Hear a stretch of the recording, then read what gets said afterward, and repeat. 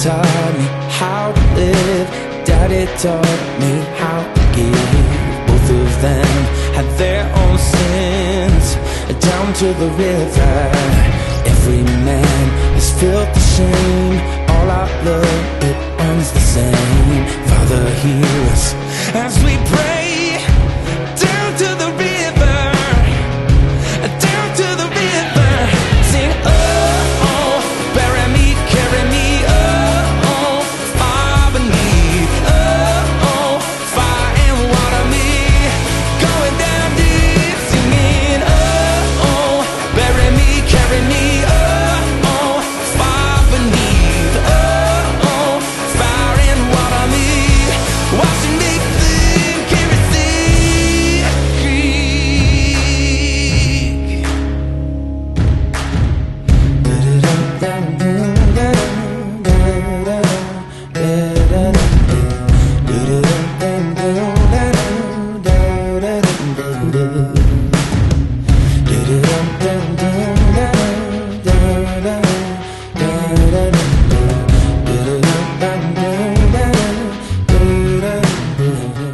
Hi, welcome to Cryptid Wilderness Research Podcast. I am CWR Team member Daniel Becker here in Alaska. Joining me as always from Quincy, Washington, my fellow host, Matt Slater. Hello. Matt, how are things going in Washington State? Oh, it's going pretty good. Just enjoying the sun. Well, I wish we had sun here to talk about, but fall is in full swing, and it would not surprise me if we have snow here in Anchorage probably within the next 3 weeks. But as you know from being up here, that's probably what's going to happen. Yeah. So before we get started on tonight's episode, I want to talk a little bit about the Cryptid Wilderness Research Network, the CWR Network. And the CWR Network is a collection of researchers at various levels, all networking with each other and all working together in cooperation and not competition to prove that this creature exists. So we have people on the Woo side of the house. We have people on the Nephilim Connection side of the house. We have people on the North American Primate side of the house. And regardless of where you fall into your theories about Sasquatch and other cryptids, there is room for you in the CWR network. So it's a group of researchers that are collaborating with each other, bouncing questions off each other, offering advice and mentorship. There's nothing to buy, nothing to sell. It's just about being connected and networking. So if you are interested, if you're a solo researcher, or even if you're a team of researchers and you're looking for other researchers to connect with and bounce ideas off of and get advice, et cetera, then the CWR network is for you. So drop us a line at cryptidwr@gmail.com. So what's coming up? October 15th at the Anchorage Museum. Actually, it is the whole month of October is Sasquatch month at the Anchorage Museum. So on October 15th, it's called Trail Tales, and it's sponsored by Alaska Trails in conjunction with the Anchorage Museum. And appearing there is going to be a collection of researchers, including CWR team members Paul Ayot and myself. I'll be giving a speech. So if you're interested and you're in the Anchorage area, you can go to anchoragemuseum.org and alaska-trails.org and get ticket information. So that's coming up. We're really looking forward to being there. So tonight, I've been so excited about this episode coming up because we have our first Ohio researcher to appear on the podcast. And Ohio is my home state. And it doesn't matter how far away you go, home is always home. So I have been so looking forward to this episode. His name's Eric Tipton. And before we bring him on, I do want to say hello to my Newark, Ohio friends. Newark is my hometown. And so Scott Carnes, Eric Carnes, Jana, Amy, LaDonna, Craig Young, and John Cody, Michigan fan, who has been granted asylum in the great state of Ohio with conditions, of course. Uh, he's a great guy. So I miss all you guys, and just want to give a shout out to you. So coming up, Eric Tipton, Ohio researcher. Hello. Eric, how are you doing, man? I'm doing great, buddy. How are you guys doing? Great. It is so Yeah. good to have you with us. Thank you so much for taking the time to join us. Now, like I said, Ohio is my home state, so Ohio cryptid activity is a big, big interest of mine. Before we start, tell us about you. Tell us about yourself and how you got into this area of study. Born and raised here my whole life, west side of Columbus, and then gradually moved out to the far east side. But construction my whole life. Always really an open box, open minded to the subject, even as a child. And then it's like many stories we hear of In Search Of, and when Patty hit the scene on In Search Of.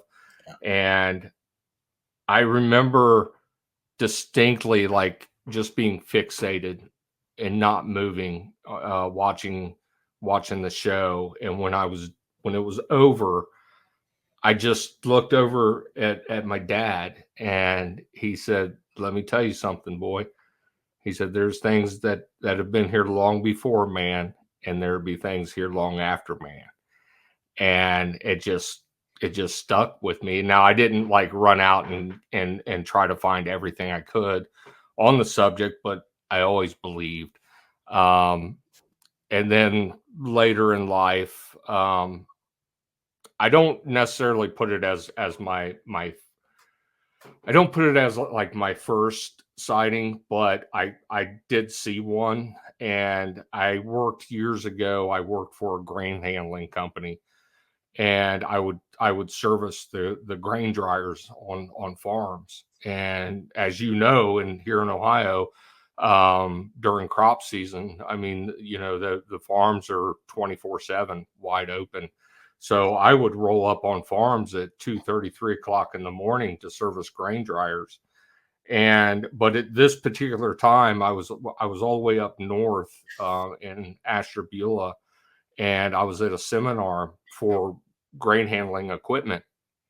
And I was on my way home. I had two other guys with me that worked for the company, and I was in the back passenger seat, and I had my head up against the window, and I'm just kind of watching the ditch line. And I see this shrub, bush, whatever, in the ditch coming towards us. Now, this is the middle of the night, high beams are on. As it got closer, though, it started to take shape. And then once we got up on top of it, there was clearly no mistaking of what it was. It was just massive, and it was squatting in the ditch line. So I was seeing the whole left side of it. And as we drove past it, I'm leaning up against the window, and we drive by, and I mean, our faces just kind of met, just for a split second. Yeah. And then obviously it went dark. Now I spin though, and I'm looking out the back window, and of course it's dark. So I turn back around. When I turn back around, the driver is actually rubbernecked back, looking out the window as well. And he looks at me, and he goes, "I don't know." And he just turns around. That was the only time. It was never spoken of. The only other person I told was my dad. And he kind of ran me through a gambit, of like, what was it, foggy out? Was it this? Was it that? Blah, blah, blah, blah, blah. And at the end, he was like, you say you saw what you saw. He said, "I believe you." He said, "But, you're the one that's going to have to deal with it." And at that time, I mean, this was like taboo. You bottled it up. If not, you're just getting throat stomped, when you talked about it. Yeah. And so, around the same time, really, is when I met my research partner, and we started working together. I went back into mechanical trade, is what I do for a living. And we carpool back and forth from jobs, and these jobs could go from 6 months to a year very easily. And we were working, we were working out in Zanesville, Ohio, and throughout the course of the project, and he and I riding together, talking, had same interests, this and that, and both outdoor guys. And finally, I was like, you know what, I'm gonna tell him. The heck with it, I'm gonna tell him. And I explained it to him, and he looked at me, literally looked at me, and he was like, well, let's go find him. And that Awesome.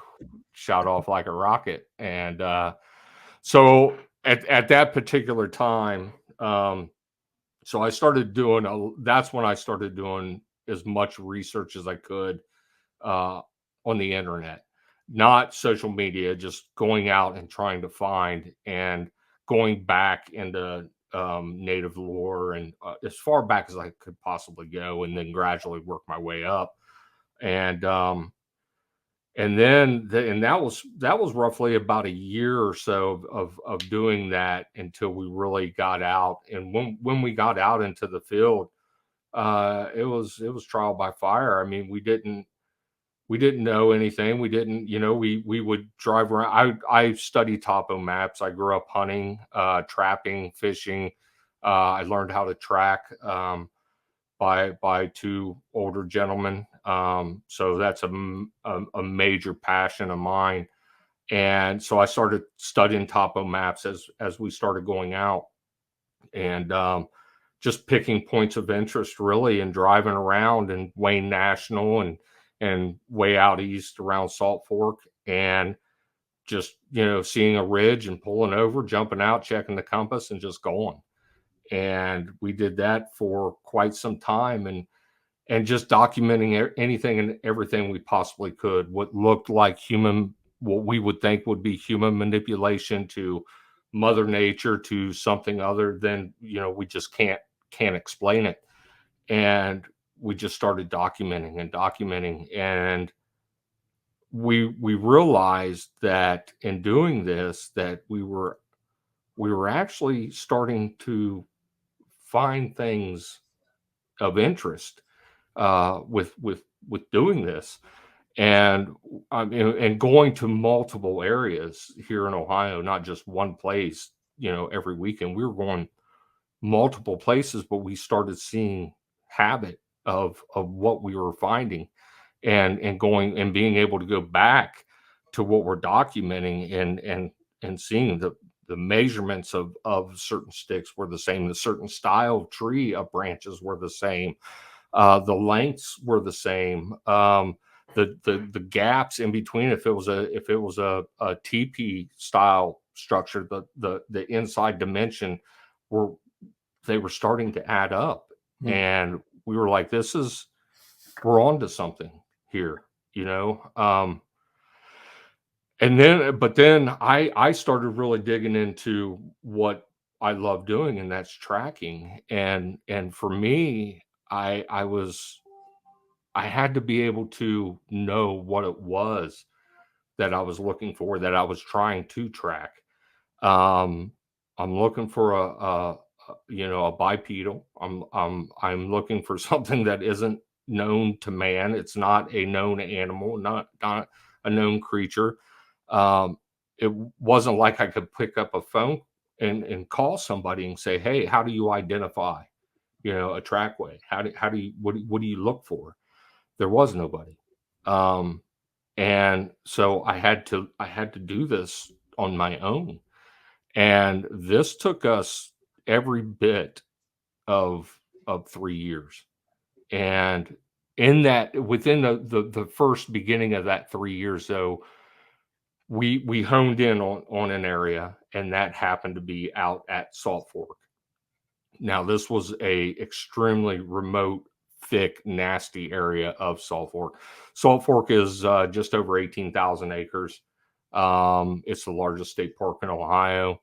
If I was to put a percentage on it, I would say an easy 62% of it is hunting. You can hunt it. but there are some very remote areas in Salt Fork, and not just in Salt Fork, but some of the farms and properties that butt up against it. There's a lot of land there. So once we landed on an area and picked that area, and this is where this is going to be our base of where we really do research. And in finding that and in making that decision, we were getting unknown sounds throughout times that we were going out, and that weren't matching on the spectrograph of known animals. So that's where the tracking started to come in, and really trying to identify, what it was that I was looking for. I know a lot of human habit of tracking, and what humans do when they just travel. I know bear. We have bear here, but it's sporadic. Cat can be extremely elusive. Um, but then when I started finding habits out of this creature, and what I feel is this creature of anywhere from 6 foot to 8 foot in the air, and it would be like out of boredom of just walking. And as a kid, when you walk by a branch with leaves on it and you kind of just grab it and pull, and it gathers all the leaves. And I was finding that. I was finding what looked to be like oil substance on branches, where like something would grab it and pull on the branch, and it would have this oil substance on it. And I really couldn't figure that out, other than maybe it's something in their skin, just their skin being naturally oily. I don't know. To small breaks, twigs being snapped here and there, the stride, the gait, the sweeping, when it walks, the gait and the swing of a lot of people, at least here in Ohio, and what I've studied here, it's not a just a foot over foot over foot over foot. It's a long sweeping gait and a swing. And when it plants hard on the inside right heel and then rolls its foot. The left will plant inside heel, right side of the hill, and roll outward. But I was finding the terrain being brushed and moved on these gates when it walked. So, and like I said, this took every bit of 3 years for me to figure this out, before I could really stamp like this is a non-human, non-known animal making these trackways. And then we got into time and date, travel pattern. This took an extremely long time to do. This took a couple years, man, to really hone in on travel pattern and getting a time and date. I mean, we had traveled a lot, and we had found that these creatures were moving in a counterclockwise pattern, and estimated time of getting back to just a small portion of the trackway that we were on took a month, or just over a month, just to get back there to that point. But once we had that, and once we had the audio, and we would run it through the gambit on the spectrum, and with any and every known animal in that area anyways of sound, and it just was not matching at all. That's where we really stuck our flag, and that's when we really started digging into really trying to get in as far as we could with these creatures to try to get to gather the evidence that we were looking for. Let me ask about the tracking part. So one of the first things that my mentors taught me, William Lunsford and Stephen Hill are my mentors, is the importance of tracks. So they're part of our what we call our five T's of research. Tracks, trees, trails, time, and technology.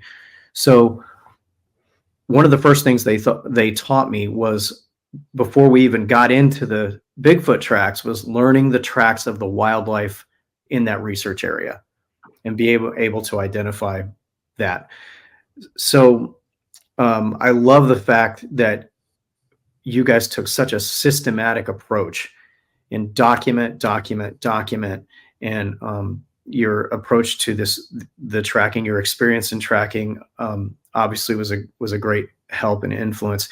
So I have to ask the question, two questions. One, is it possible to track a Sasquatch? Because I know that's what some people are probably wondering. And number two, in your course of tracking, have you ever reached the end of the line where it just seems to vanish? Yeah, it's so once I was able to identify this and get through that whole time frame of identifying, my partner came to me, and at the time I was extremely closed chested with our research, and he told me, he sat me down, he was like, look, he said, we need to bring somebody or people in to show them that this can be done. And we settled on guys that we knew and really trusted, four of them, and we brought them up here.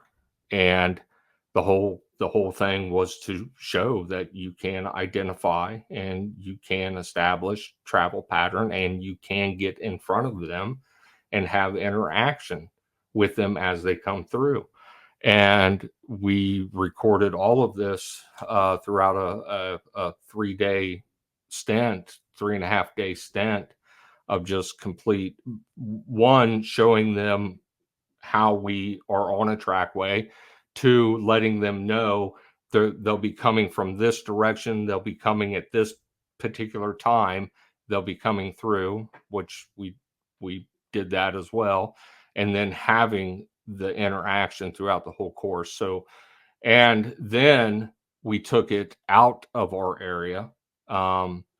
We did a 5-day hike. Now I'm getting ahead of myself a little bit here, but we did a 5-day hike, and it was solely off of, which we'll talk about maybe here in a little bit, of what we had found in certain structures.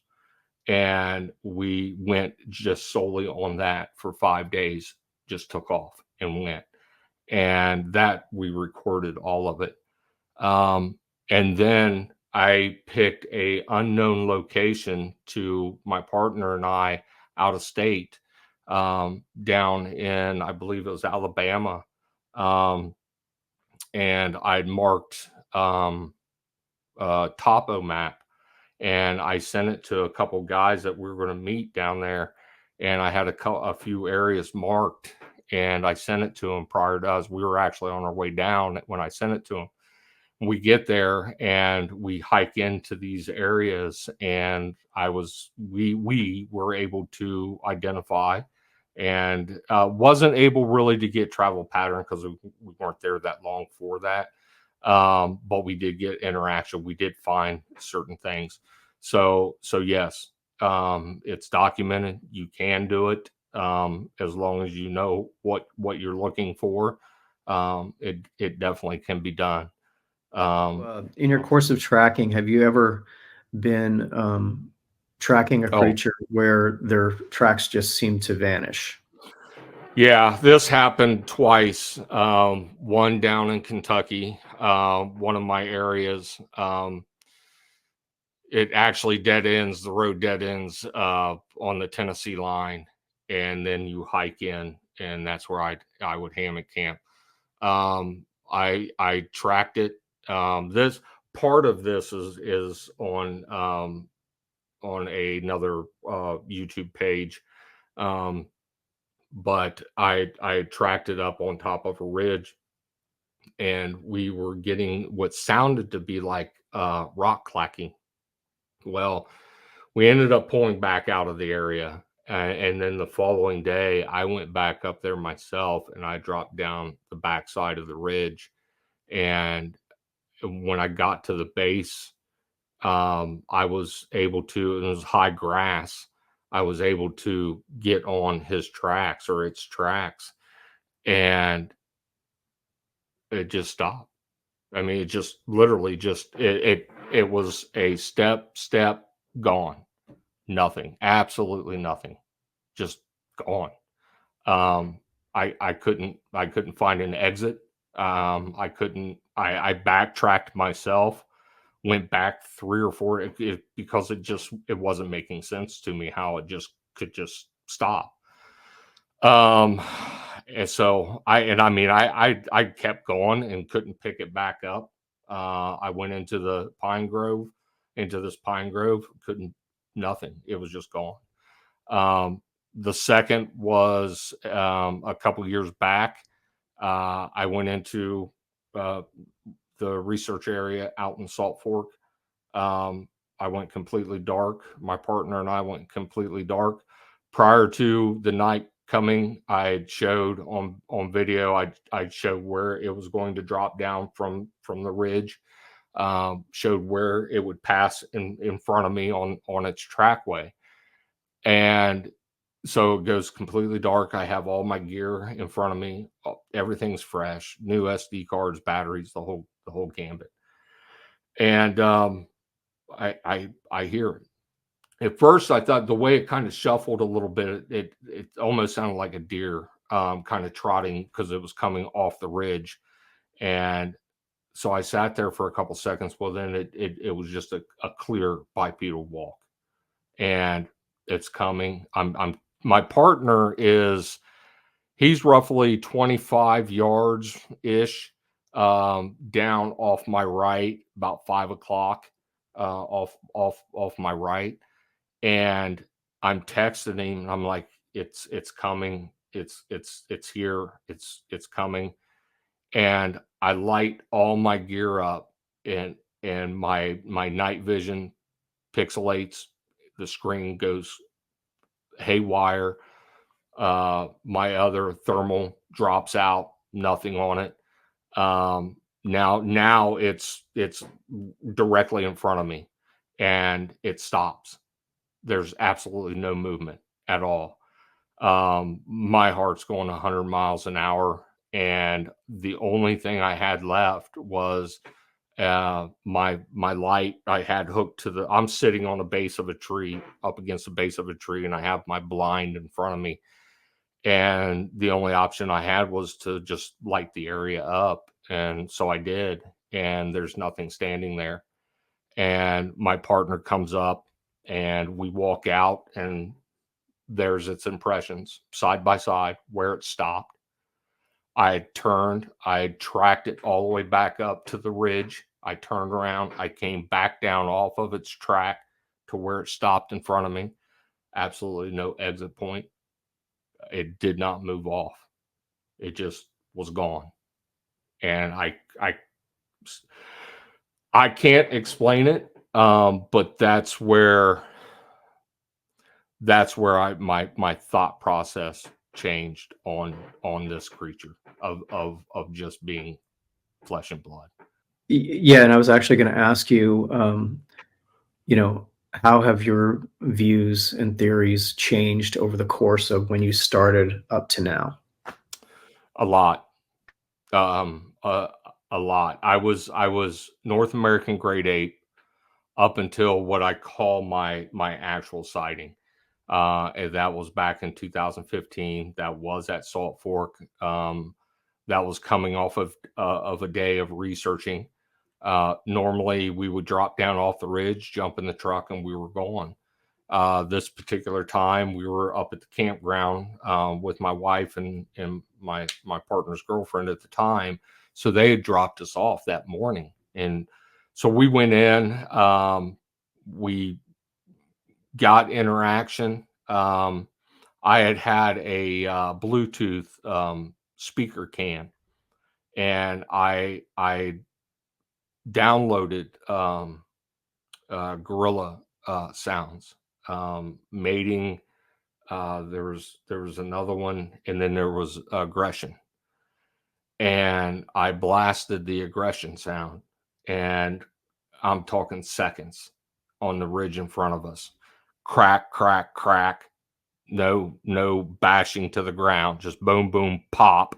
And then this branch comes flying off the side of the ridge towards us. A big branch. Wow. I mean, massive.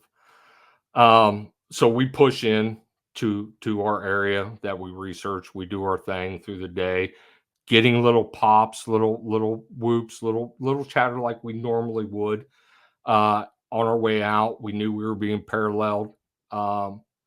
Now, instead of dropping on the road, getting in the truck and leaving, we dropped down. We walked the gravel road up to a bridge.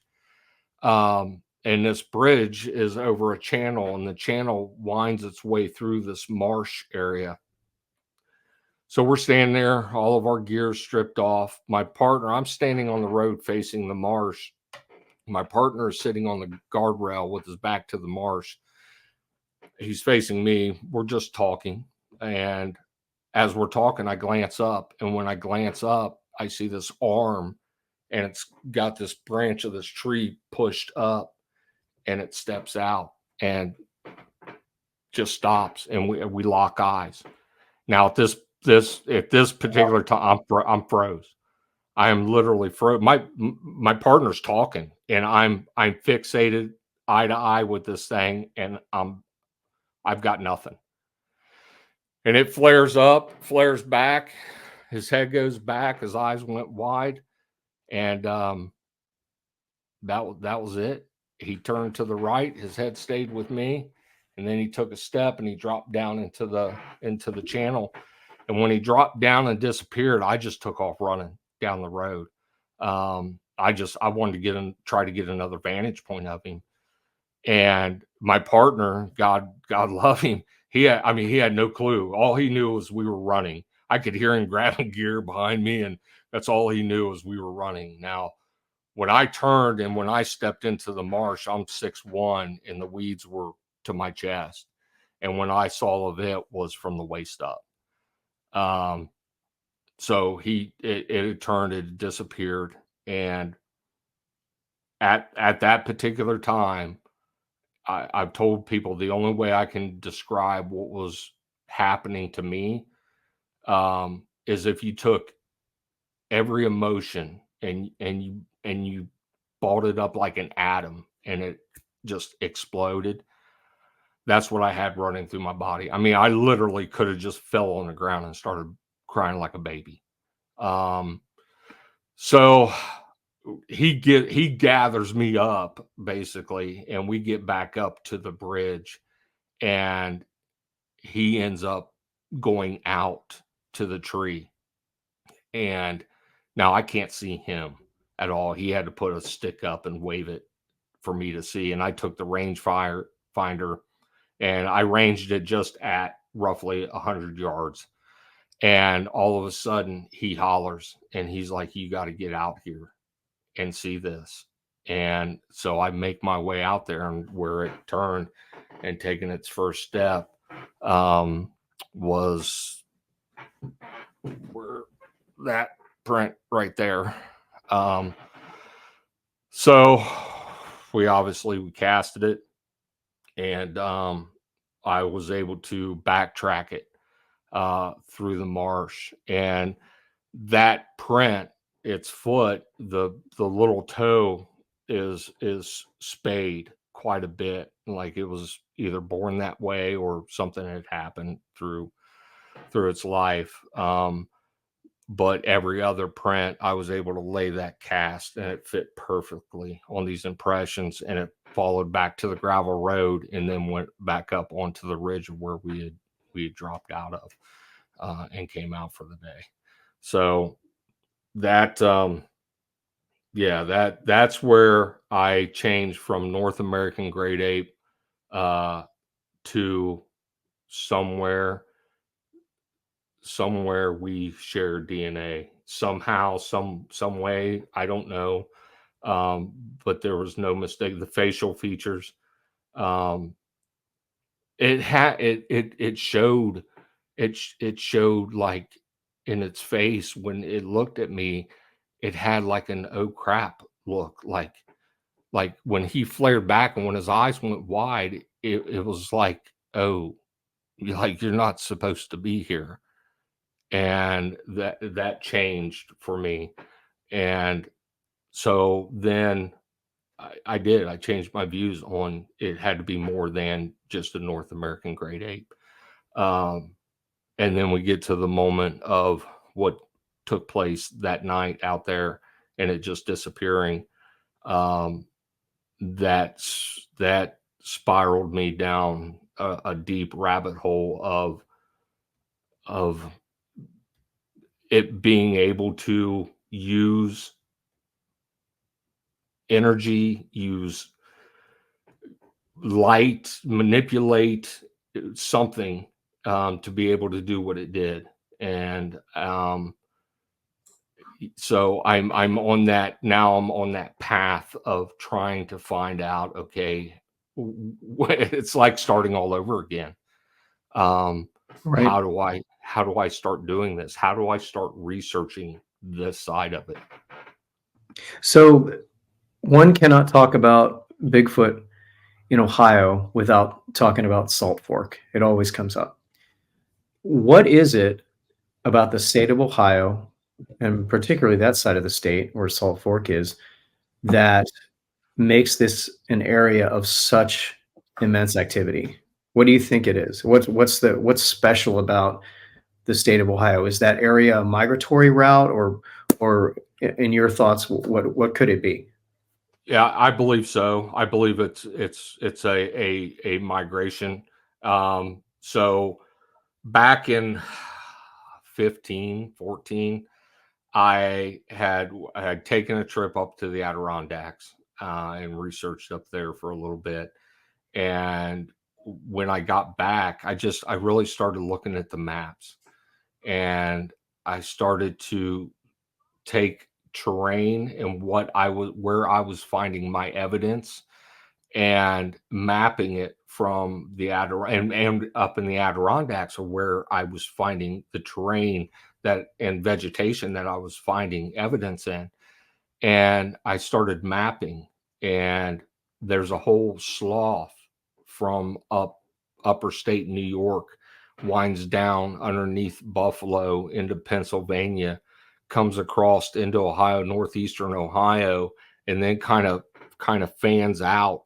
And as it comes down from northeast Ohio, it kind of fans out and it holds on the east side, holds a straight line, and then on the west side it fans to like Coshocton area, but then it lines up parallel and it just runs Salt Fork, Coshocton, that whole area, and down into southeastern, and then makes a hard left into Wayne National. Wayne National's broke up into 3 different sections. And then it makes a, now this is my opinions and me studying and what I believe would be a the way that they migrate through Ohio and then down into the southern state. Or they may just stop at the end and turn around and go back with that distance of travel. So anyways, I believe so. Now, I do know though that we up here, I mean, we research all year, and it doesn't stop. The activity doesn't stop. You can be 10 below in February, and we're getting the same interaction we were getting in spring, summer, and early fall, and but the only thing that changes is elevation. Now here, I mean, we're 1,100, 1,200 feet in elevation. That's the size we're going to go. So it doesn't change a lot, but it does change. Elevation does change, and it does take a factor in things per season. So they go up as high as they can in the winter months, and they drop down in the spring, summer, and early fall months. And that's what we had found throughout here in Ohio. But we have identified multiple different sets of tracks that don't match the tracks that we've studied throughout the years, out east and down in Wayne, in that corridor, that migration corridor. And so is it rogue that do a lot of the migrating versus a group? I mean, you have vegetation here all year round. You have, any type of edible, you can have it pretty much all year round here. Certain things obviously die off through the winter, but there's meat, there's plenty of winter foliage that they can eat, berries, winter berries they can eat. There's just a number of fish. There's tons of things that they can eat to where they don't have to travel. So I started looking at, okay, so are these rogues? Are these male or female, younger, that don't really have that group per se, and they're the ones that are really they're just going and migrating to wherever. I don't know. But once again, like I said, we're finding tracks that don't match the tracks that we have studied throughout the years. So lots of researchers have experienced this, including our team. And we experienced it so much that we actually invented a term for it. We call it CEI, cryptid electronic interference, where in our case, we had drones, in one course of an hour, 2 drones fail, cameras fail without explanation. So when it comes to cryptid electronic interference, CEI, what has been your team's experience with that? The exact same thing. I mean, I've had the core group of guys that my partner and I go with. They pretty much research exactly like we do. We're all pretty much the same, and we've all been together, and we've had everything. One of them will have everything drop out. I'll have my recorder drop out. This guy's got his camcorder will drop out. Just constant, just things dropping out, picking up audio and this is traveling through the day and getting some sort of audio, and you're 5 feet from each other and mine doesn't pick it up, but the guy beside me, his does. Or we'll just get complete static. I've had my recorder have nothing but complete static white noise throughout the whole course, and another individual's recorder goes dead, and another individual's picks up all kinds of audio, whether it's natural, known animals or whatever. I don't know. It's an energy that is causing it. It's something that is draining it. Right. We just can't explain it yet. Yeah, in fact, one of the drones that I was piloting actually failed in the air. I couldn't get the recording to work, and so I thought, I'll just bring it back and send up the other drone. We've got 2 of them, and they're DJI drones, so they're very good quality. But both of them ended up failing over our research areas when we tried to record, and it was just a mess. In addition to trail cams and audio equipment also experiencing this CEI phenomenon. So again, back to the state of Ohio, tell us about some of the tree structures that you've encountered when you've been out doing your study. We find X what people have named, given X structures, the TP structures, the bows, the pin bows, the twist breaks. I'm working on something. I have been for quite some time. Of, well, one, you have to be able to, and it's hard to do, but you can. It takes time. Rule out human manipulation first and foremost, and that's one of the reasons why we go into the areas we go to and why we go so far in. You can rule that out very quickly. The second is Mother Nature. Mother Nature does weird, strange things. I dove very heavy into Mother Nature, into wind, cyclonic wind movement, coming off ridges, spiraling, dropping off ridges, snow load, ice load, just everything you could think of with Mother Nature, deadfall around the areas when you come up to something like this. The twist breaks that I've ruled Mother Nature out of, and human manipulation, I have noticed that they're either twisted in a right or a left, counterclockwise or clockwise motion. So when I first dove into this, I was taking like broom handles and even branches, and taking them to like buddies at work, on a job site, or my kids, like, here, break this, grab it and break it. And what I was finding was, right hand coming down, you automatically, for force, you'll bend your wrist, almost like arm wrestling, and you'll bend and snap, which causes it to turn in a counterclockwise motion for a right hand, and then a left hand would be clockwise motion. And I found this within the twist breaks, which started, I started thinking, is this predominant right hand, predominant left hand? Just things like that. Now, obviously, right. I won't be able to prove this unless I document one doing it, but it's something that I keep tucked away, and if I'm ever fortunate enough, so, but then it's been probably 3 years now. My partner called me, and he said, "Dude, you gotta check this out. You have to see this."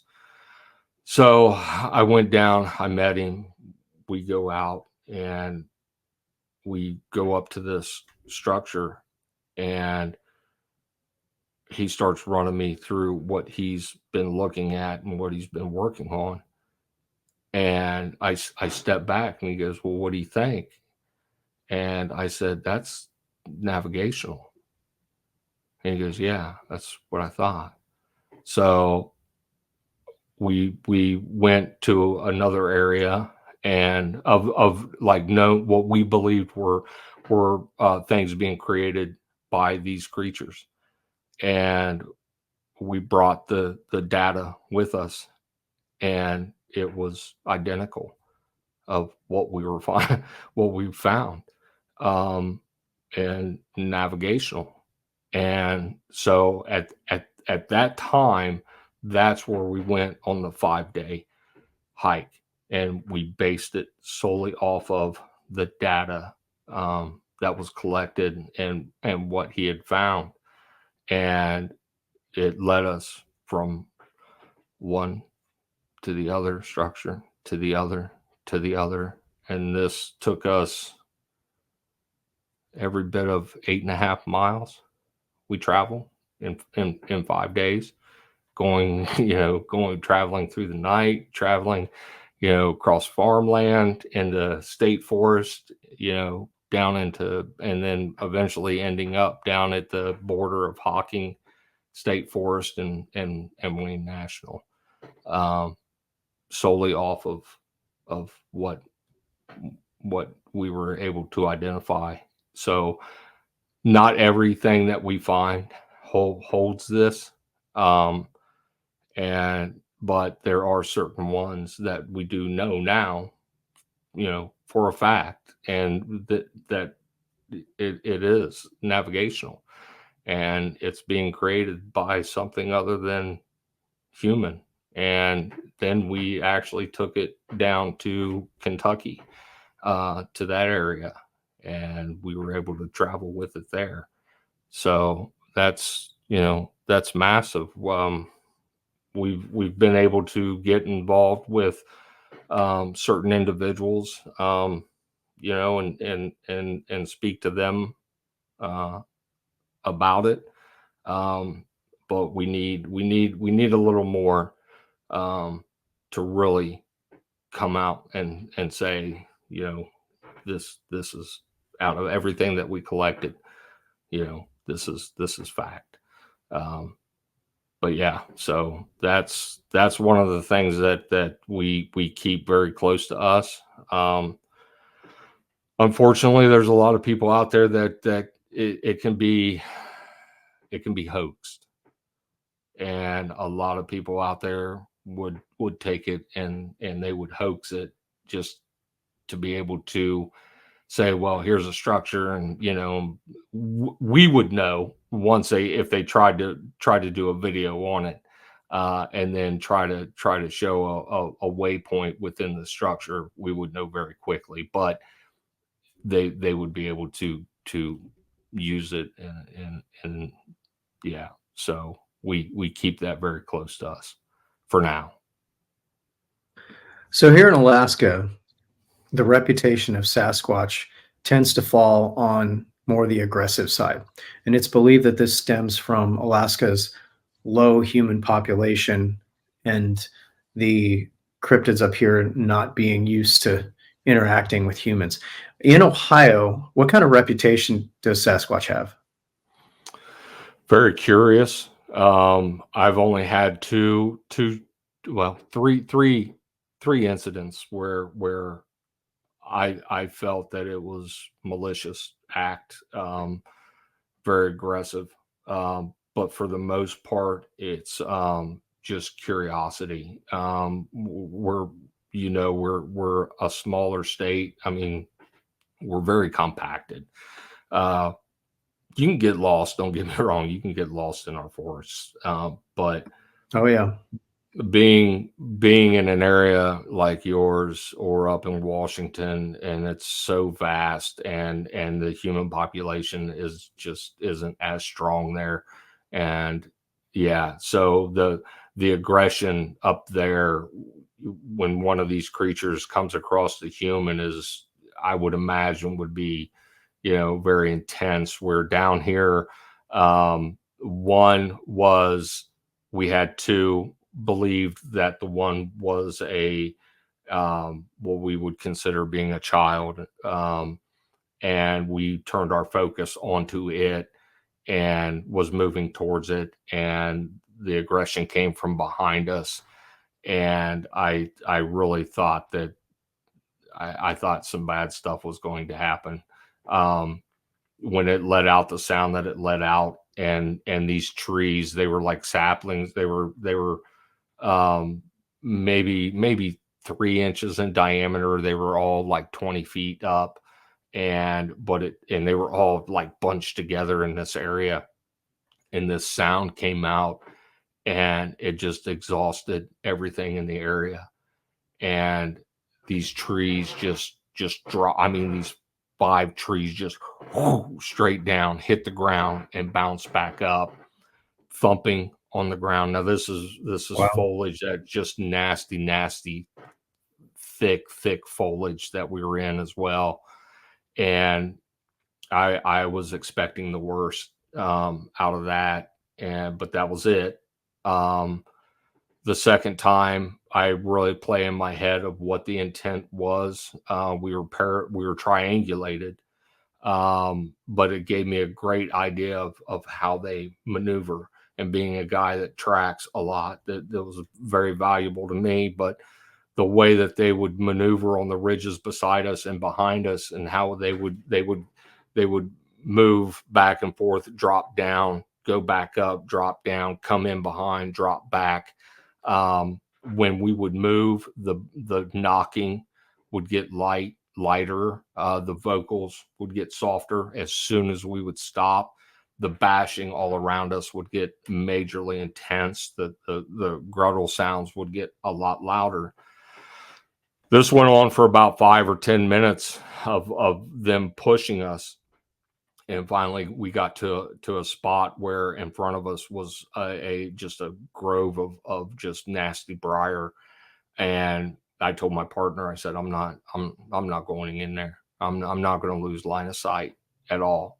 And so we stood there. The bashing's going on around us, and in our archives, we have this in our archives. And finally, I told him, I said, we either need to go up to the right, up to the ridge and exit out, or drop down to the left and go back up the ridge, and which both spots had something up there. And so we finally decided to make a hard left and drop down. As soon as we turned and started to drop, this low gruntle, just nasty, evil sound came from inside the thickets. And that was it. And this was in a level 2 snowstorm that we were in. This was out at Salt Fork. We made our way out, not where we parked. We'd actually made our way out down from where we actually parked. So we circled back around and went back up in where we had parked to make sure that nobody was up and came in behind us, and there was no prints of anybody else coming in behind us. So as we were turning to go back to the truck, I let out just a loud clap, and immediately got a loud knock, and that was it. But I think about that quite a bit, of what was the intent there. Was it they were just pushing us out, and that was it? What was inside there? And this is an area, like I said, this was our area, and we'd been there for years. And that's another thing that I tell people, that this is a long, this isn't a 40-yard dash. This is a marathon. When we established this area, we would only go in so far, and we would get something, and we'd leave, and we'd go back. And this took a long time, and then eventually we were able to go a little farther, and then a little farther and a little farther. So why that type of aggression all of a sudden after all these years and going in like we were, was odd to us, was strange to us. But who knows? But for the most part, it's more of a curiosity to them. It's more of a, just observing us here versus, somewhere like that is just vast. So back in April, our team was invited by a homeowner out to his property in Arkansas. It was right along just a couple miles from the Arkansas-Oklahoma border. And he was having encounters on his property. And also, he had several deer carcasses that had been ripped in half, legs broken, necks broken. And much to the homeowner or the property owner's credit, he actually called the Arkansas authorities out there to take a look at it and to document it. Thumbs up to the property owner for recognizing that importance of documentation. And of course, the Arkansas authorities were at a loss, or wouldn't say what they really thought, as is sometimes the case. So, but yeah, the deer carcasses were torn in half, broken legs, broken necks. Other deer carcasses had, in addition to the broken legs and broken necks, just the guts removed. And when your team has been out, have you ever encountered these deer like this? We have found 3 deer like that, back legs pinned up, wrapped, like brought up past their chest and back behind the neck completely spun around, entrails where it literally looked like, and I'm a hunter, I gut deer, so I know how to field dress, and it just looked like it was just the stomach was just grabbed and ripped apart. The insides, one was extremely fresh. The entrails were there. The liver was gone. The heart was gone.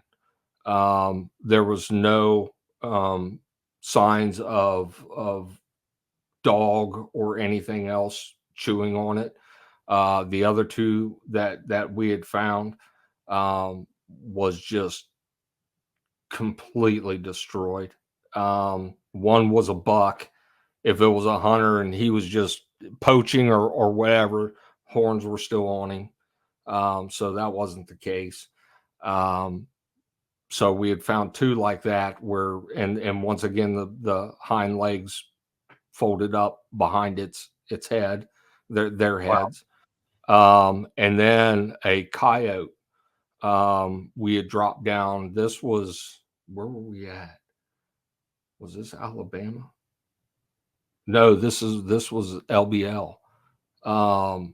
We dropped down right. off the lakes. Yeah. We had dropped down off of a ridge and hit an old logging road, and which was all grown up, but on the middle of this logging road was a coyote and was damn near tied in a knot. I'd never seen nothing like this before. I mean, it was almost like it tied in a freaking knot. Mangled head was bashed in. Yeah, I've never seen anything like that before. And so we have found bones where bones have literally been pulled apart, like peeled, and the marrow inside it was gone. Yeah.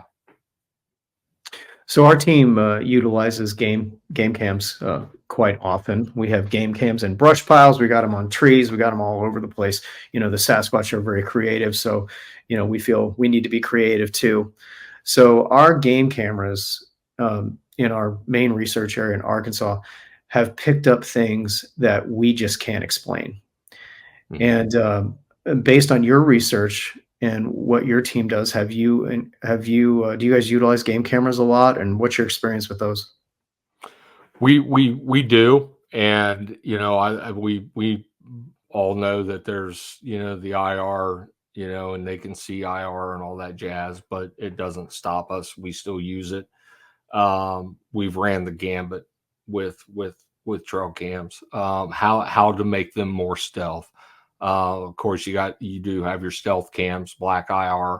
I've dismembered many of my welding masks, and taken the lenses, and hodgepodge. My lenses are the automatic flash lenses on my hood. So as soon as you see the arc, it goes black. So I've taken the battery portion, the wires, and the mask itself, the lens itself, and put it over my trail cam to see if I could lose more IR light. A lot of people need to look at a trail cam through night vision. You'll see it. You'll see what known animals that can see, that are nocturnal and can see at night. If you take a night vision and you look at another night vision, it looks like a flashlight lit up, and that's what they see. The animals anyways that can see at night. So we use them. I take the green styrofoam cubes from the home department at your Walmarts or whatever.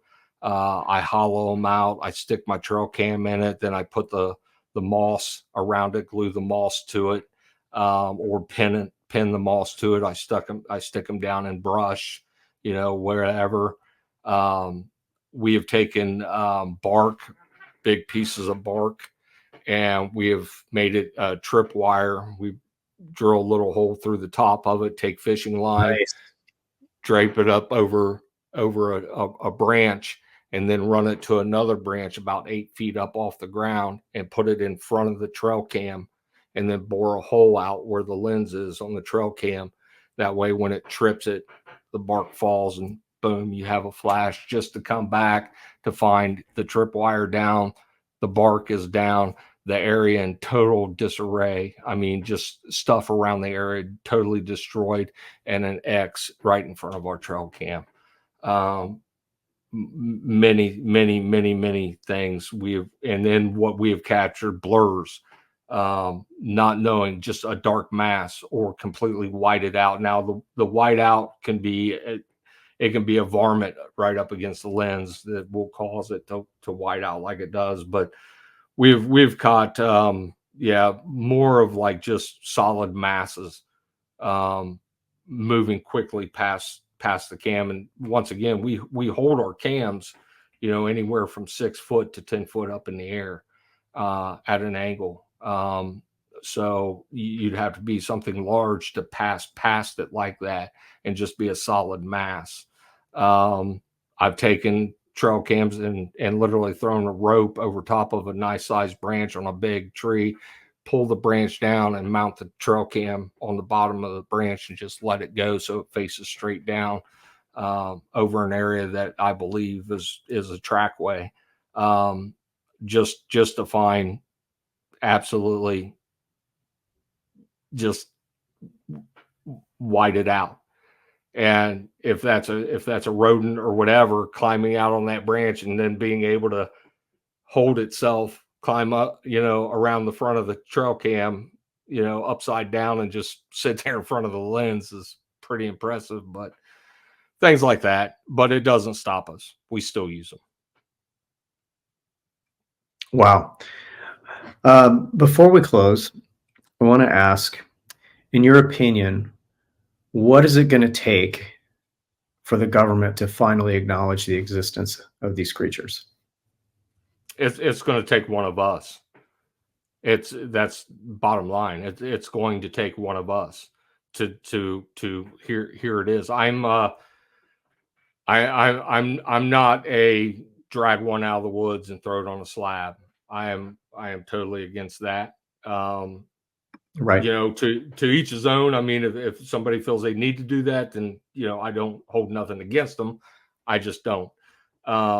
I base a lot of what I do off Jane Goodall. I've read a lot about Jane Goodall. I've read her research, and the way I go about certain things, I go off of what she has done. I believe that you can prove their existence and show the world without dragging a body out.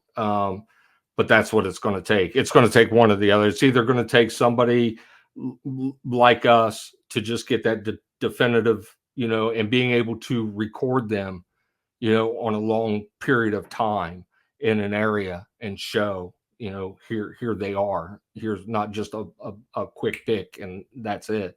It can be done that way. I know it can be done that way, because of what I can do. That's the only way the government's going to come out and say, okay, no different than UFO. I mean, UFO, until the Vatican came out and said, hey, look, there's a possibility of other life, but it doesn't change our beliefs. When the Vatican came out and said that was massive. I mean, that shook the world when the Vatican came out and said that. So it's going to take something like that, but it's going to take us. It's going to take us to do it. Matt Slater up in Quincy, Washington. I do have one question that I've been thinking about for a while. Not to potentially expose research areas, but with your extensive knowledge of the trackways, the navigational tree structures and stuff that you found and followed, both in your research areas and outside your research areas, and even outside of the state, with you and your team, have any of you physically tried to map these trackways and migration routes with the navigational markers? Yeah, we drop pinned, in one particular area. We drop pinned everything, and it was on a due west heading, every single one of them. was on a due west heading. Due west. Not a degree left, not a degree right. Directly west. Directly west. Wow. Yeah, it'd just be interesting to, if somebody was on that team to see the aggregated data for all the transit from this trackway, these navigational markers. It's good to know that at least somebody's mapping them out. Yeah, and we've overlaid stars. We've overlaid moon phase to certain times of the year to see if there's anything correlation with anything like that. And there is, but you have to be there at that particular time, at that particular moment for the stars, certain stars, constellations to line up with the moon, with the sun, and head. After that day, it's changed. We change our axis changes. So it's amazing. The research that we're gathering is amazing. Yeah, that's a deep insight into a part of this research that I'm not sure a lot of people are looking at.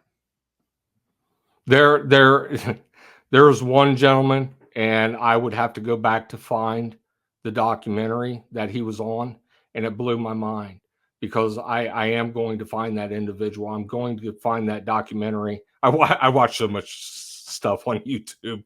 So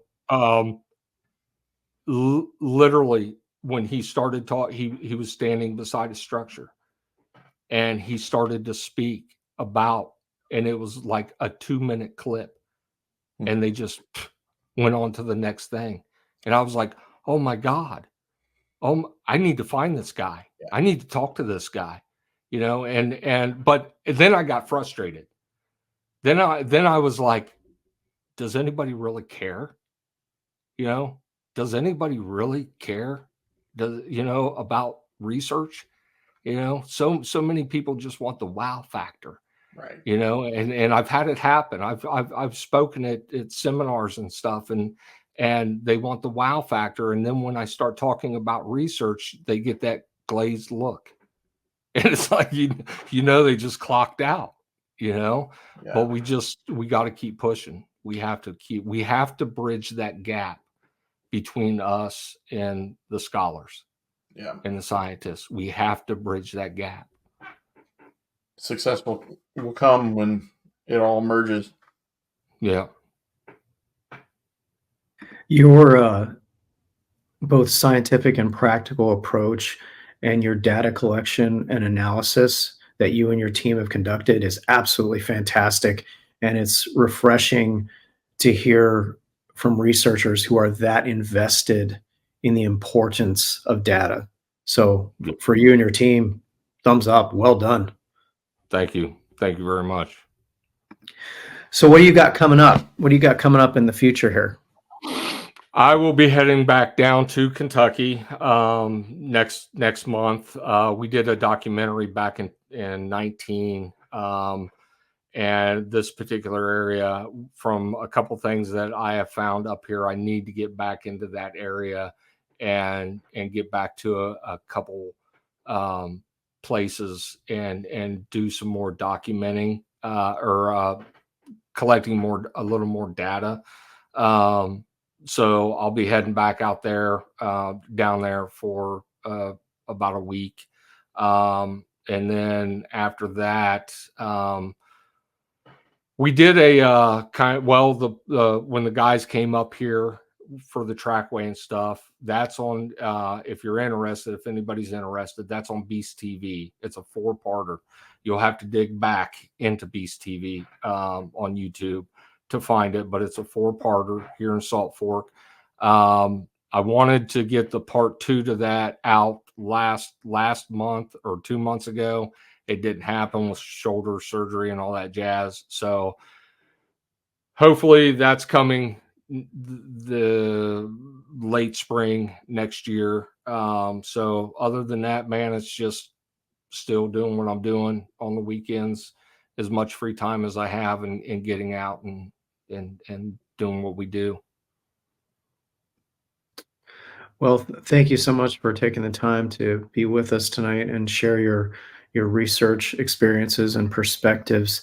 And again, you and your team's approach and your practical and scientific approach and stressing of data collection and analysis is very refreshing to hear that you guys are so invested, and that's a inspiration for other researchers to really start investing in that area of study. So again, from us here at CWR to your team, well done, keep it up.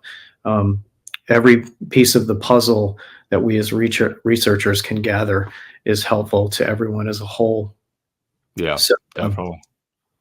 Again, thank you so much for being with us and sharing your experiences. And ladies and gentlemen, if you've had an encounter and you would like to be on the show, please drop us a line at cryptidwr@gmail.com. So for myself, Daniel Becker in Alaska, for my fellow host, Matt Slater in Washington State, Quincy, Washington to be exact. And again, a big thank you to Ohio researcher Eric Tipton. Thank you. And we'll see you next time.